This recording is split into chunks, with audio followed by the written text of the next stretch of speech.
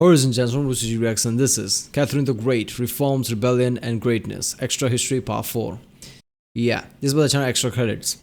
In the last part, third part, we saw how Catherine became the Empress by overthrowing Peter, which was like taking candy from the baby apparently, because that was just stupid. That was one of the most easiest coups in history, I guess.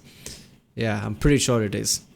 Because he was just a moron. All the decisions he made, it was just moronic. So I guess it's better that she overthrew him, because he clearly didn't care for Russian people. So yeah. So in this, I guess we're gonna see how she's going to govern, how she's going to rule over things, and I guess a rebellion of slaves in Russia. So yeah, it's gonna be fun. Remember, if you like my reaction, don't forget to like and subscribe. Check out the reaction. There's a link in the description. Check out the cast whole playlist like history, which has all my history videos in it. Overly sarcastic production, oversimplified, internet historian, CGP Grey, and yeah, let's do this one. With the war in Europe settled and the church finally under her control, Catherine could at last focus on her great project, the law.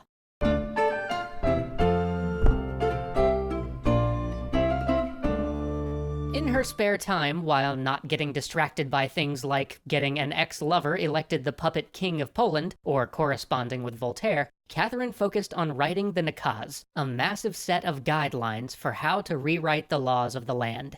These weren't laws, mind you, but rather Yeah, that is true, isn't it? I mean, since he was a child, she likes to read books and learn things. So she actually wrote some kind of a rule book on how to, I guess, write the laws, guidelines apparently. Guidelines on how to make laws, because Catherine had a novel idea. She would bring together representatives of her people and ask them what problems they faced that needed fixing before she actually went about making new laws. And so she assembled representatives from every free class, region, and religion in her empire to come together and discuss what laws needed to be made. And in some ways, this was incredibly inclusive. She had representatives who were Cossacks, representatives who were Muslims, even representatives who were Buddhists. But there was one group that was left out. That whole free part in free class meant that there would be no serfs. After all, the serfs' owners could look after their interests, right? But no serfs meant that obviously, slave owners will look out for their interests. I mean, maybe she thought in that sense, like, owners have to look after the slaves if they want anything out of them. If they overwork them way too much and they die, they're useless to the owners. I guess that was the mentality. But yeah, that's not how usually things goes. 1/10 of the empire went unrepresented. And as for the representatives of the 1/10 who did show up for her great assembly on laws, they were utterly unprepared for it. There really hadn't been much involvement in government in Russia up to this point, and truth be told, many of the people involved held at least some suspicion that this was a trick or some sort of loyalty test. For the first of many meetings, they debated what honorific to award Catherine. If you are wondering, the Great just narrowly beat out All-Wise Mother of the Fatherland. Catherine found... Wise Mother of the Fatherland. That is worthy as I can, think of any titles, I guess. Yeah, thank God they just stopped with the Great. Catherine the Great. That sounds about right. I mean, obviously they are thinking that she overthrew Peter, and now she's one of those monarchs or whatever, where they are just. They don't care about ruling much, but just care about being the emperor. So obviously they said she's checking loyalty of people rather than actually helping the kingdom, which is obviously not the case. He actually wants to help. This infuriating. Did they not understand that she had called them here to help her figure out what laws to make, not to just give her titles? Well, no. In fact, a fair number of them couldn't even read the guidelines she gave them, and even fewer really understood the heavy Enlightenment philosophy which formed the basis of the Nakaz, which meant that getting anything useful from them was like pulling teeth. The merchants wanted the rights of... But then again, if she just wanted a loyalty check, why would she wrote Nakaz? I mean, isn't that like, okay, she's serious about this? So I guess they are morons, basically. She's surrounded by morons. Nobles. The nobles wanted to be able to engage in commerce as merchants, and the peasants mostly gave very specific complaints about how that jerk Boris from the next village over keeps letting his cows trample my fence. Can we make a law about that? Catherine was an autocrat at heart. She believed in absolutism, but she wanted data. She felt that an autocrat should rule with knowledge and understanding, but knowledge and understanding were in short supply in these meetings. Yeah. Finally, after much frustration, the whole affair was called off. Foreign events had become more pressing. Remember when I mentioned that Catherine had put a puppet on the Polish throne?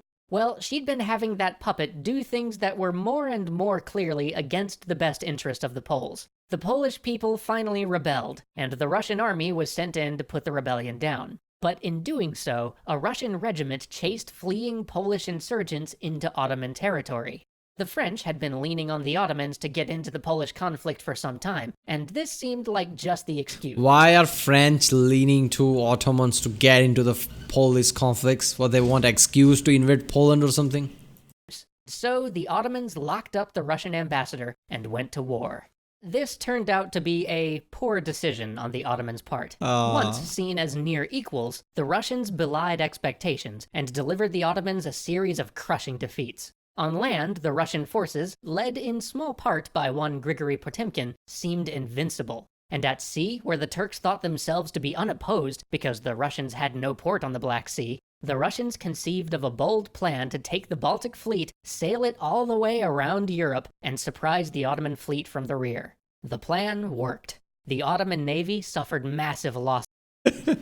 Poor Ottoman. By the end, Ottomans were, just getting shock after shock, right? They were just getting massive defeats after defeats, losing the land over and over again. And in the end, after World War I, Ottoman Empire ceased to exist. So yeah, but this is seriously something, isn't it? Their ships are just like that, we are unopposed because Russia can't come here, and they just see Russian ships coming from the distance. Fuck. They really sail all the way down here to kick our asses. At little cost to the Russians. But the Russians didn't get quite as much from the war as might first have been supposed, partly because of pressure from other foreign entities who didn't want to upset the balance of power too greatly, and partly because something curious was happening back home in the Urals. But first we must talk of the treaty that ended the war, the Treaty of Kachuk-Kainarza. It gave the Russians a fair swath of territory, but most importantly, it gave Russia ports on the Black Sea, which had been one of their strategic goals for a very long time. It also provided war. Seeing that real-life lore video about, sea routes, obviously getting hold of, Black Sea and some of the really key important ports is, really vital if you want to do any kind of a, sea trading or whatever. Transporting things from here to there. So obviously Russians wanted that, like, we want a port at Black Sea because that gives them access. War reparations, which helped with the ongoing problem of Russia being kinda broke. Lastly, it made Russia the protector of Orthodox Christians living in the Ottoman Empire, something that will absolutely come up if we ever cover the Crimean War. Alright, so, with the war against the Ottomans thus concluded, Catherine could turn to another niggling issue, the fact that half of her country was up in arms. At first it seemed like a small revolt, a little nothing out in the boonies, but then when Catherine sent a force to pacify it, that force was defeated. So she sent another force out to pacify it, and the commander lost his head. Literally.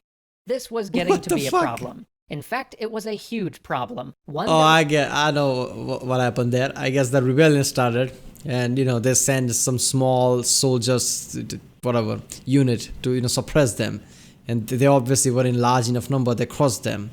Then they send someone else to crush it. Then they're like, you know what? They're not going to take us seriously if this is how we're gonna. You know what? Let's cut off his head. So that's what they did right there. So, to send the message like this is not just any average rebellion. This is big.